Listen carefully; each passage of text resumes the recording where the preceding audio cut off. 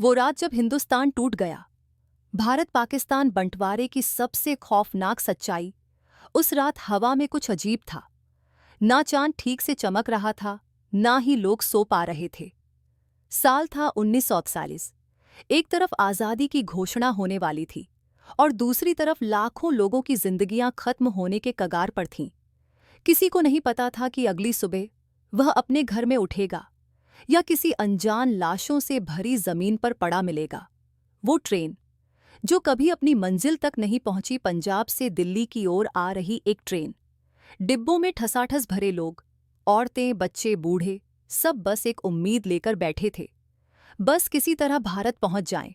लेकिन जब ट्रेन अगले स्टेशन पर रुकी तो दरवाजे खुले नहीं। खौफ खुला। पूरा डिब्बा लाशों से भरा था। खून बहकर पटरी तक पहुंच चुका था। स्टेशन पर खड़े लोग सन्न रह गए। कोई रोया नहीं, क्योंकि आंसू भी शायद डर के मारे सूख चुके थे। एक माँ, एक बच्चा और टूटा हुआ सपना। लाहौर की रहने वाली आयशा बीबी अपने 3 साल के बेटे को गोद में लेकर भाग रही थी। पीछे से भीड़ चिल्ला रही थी, मारो काटो, कोई न बचे। उसने बच्चे को अपनी छाती से चिपका लिया। एक वार आया, वो गिर पड़ी। जब आंख खुली तो बच्चा जिंदा था, लेकिन उसकी मां हमेशा के लिए सो चुकी थी। उस बच्चे को किसी ने उठाया, नाम बदल दिया, धर्म बदल गया, लेकिन जिंदगी भर उसके मन में एक ही सवाल रहा, मेरी असली मां कौन थी? बंटवारे ने सिर्फ जमीन नहीं बांटी, इंसान भी बांट दिए। लोगों से पूछा गया, तुम हिंदू हो या मुसलमान?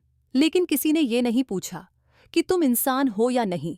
जो कल तक भाई थे, आज गला काटने खड़े थे। इतिहास की किताबें इसे पार्टीशन कहती हैं, लेकिन असल में ये था इंसानियत का सबसे बड़ा कत्ल। यही दर्द, यही सच्चाई इस किताब में दर्ज है। ये कोई आम किताब नहीं है। ये उन आवाज़ों की कहानी है जिन्हें कभी सुना नहीं गया।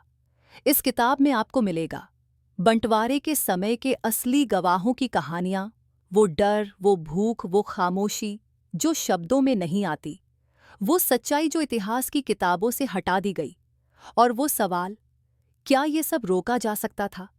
यह किताब आपको रुलाएगी, झकझोरेगी और सोचने पर मजबूर कर देगी। अब उपलब्ध है फ्लिपकार्ट, अमेज़न, मीशो पर, और सबसे खास बात, यह किताब अब आपको हिंदी और इंग्लिश दोनों भाषाओं में मिल जाएगी। खरीदने का लिंक डिस्क्रिप्शन में दिया गया है। अगर आप इतिहास को सिर्फ पढ़ना नहीं बल्कि महसूस करना चाहते हैं तो यह किताब आपके लिए है। कमेंट में लिखिए, मैं सच जानना चाहता हूं, और इस कहानी को ज़्यादा से ज़्यादा लोगों तक पहुंचाइए।